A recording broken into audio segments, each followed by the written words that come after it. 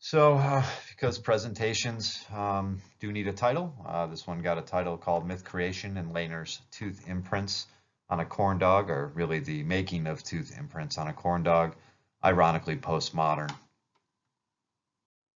Mark Leyner was born in 1956 in New Jersey, was educated at Brandeis University, University of Colorado, and began his career as an advertising copywriter. His published books include I Smell Esther Williams and Other Stories, My Cousin, My Gastroenterologist, and Et Tu, Babe.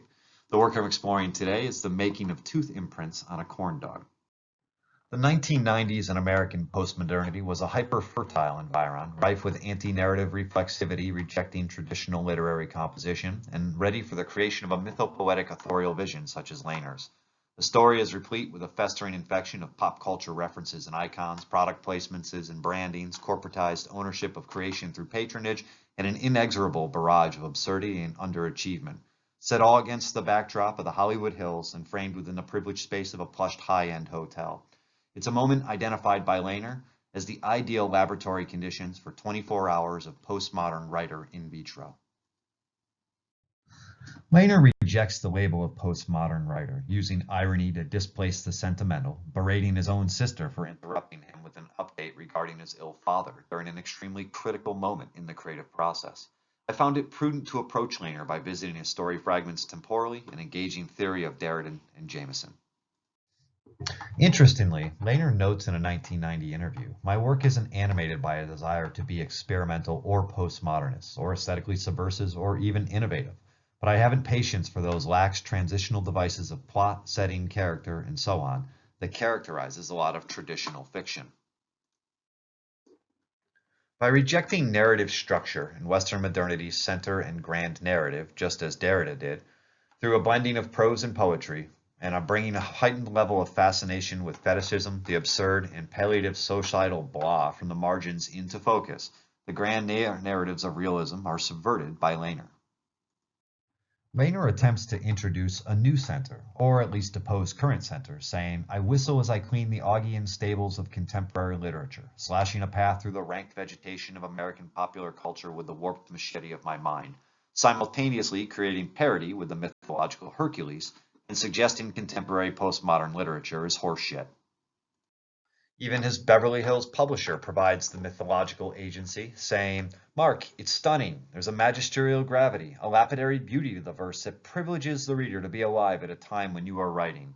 Just enough fuel to feed the ego as he labors towards an impossible deadline with surreal expectations of grandeur. But this myth conforms to the needs of late capitalism or corporate globalization. In Jameson's Cultural Logic of Late Capitalism, he points this out, saying what has happened is the aesthetic production today has become integrated into commodity production. Frantic economic urgency of producing novel-seeming goods at greater rates of turnover is a key in the postmodern world. Leyner begins with the 6 a.m. story, a legal battle over gender, race, and identity, ironically championed by conservative celebrity jurist and litigator Alan Dershowitz, an appointed defender of transgender rights. Powell would recognize the Pomo-Derridian influences at work here in Leyner's irony as he incorporates free play into the narrative. By 9:30 a.m., the narrator is discussing truly odd jobs, such as cutting up expired credit cards and pet assassin. Leyner not only plays on the absurd, but also highlights an emerging economy of specialists in niche fetishisms and fear, in part for comic relief, in part to ironically suggest the futility of Pomo existence in America. And what 90s cultural byproduct would be complete without televised commerce and the free market of war? The home shopping network is a sale bundle, and people just seem to love the fact that they can purchase high-quality weapons and sophisticated delivery systems over the phone at outrageously low prices without having to deal with shady arms dealers who ream you with exorbitant commissions and surcharges.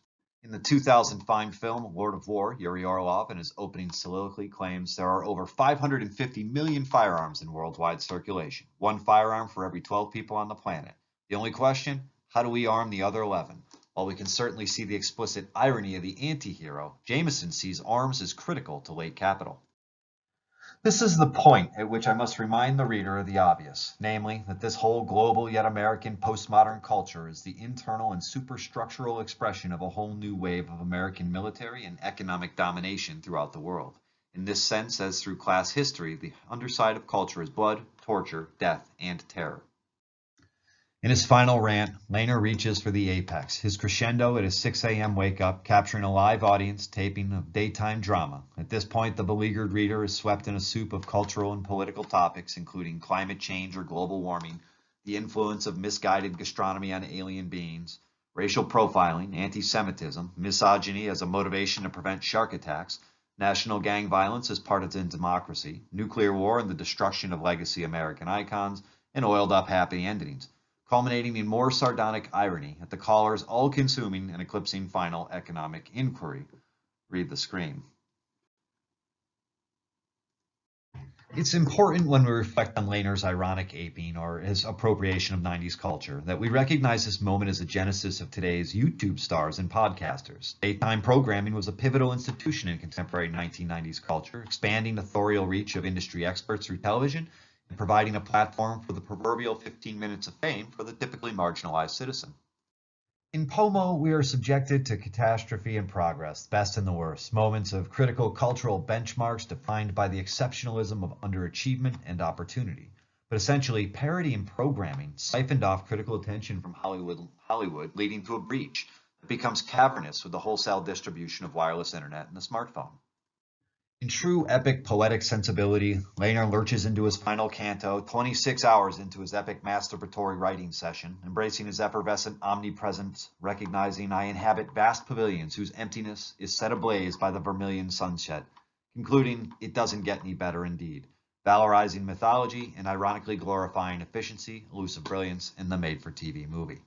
So in conclusion, sure, there's a lot going on. He's pretentious, ironic, and borderline ludicrous, culturally absorbed in this ubiquitous ether of television and media, but so are his contemporaries. Wallace, Robbins, Danielewski, Markson, they all played with these creative, hyper-intellectual characters, aware of the irony, anti-heroes, climaxing with more flaws than when their journey began.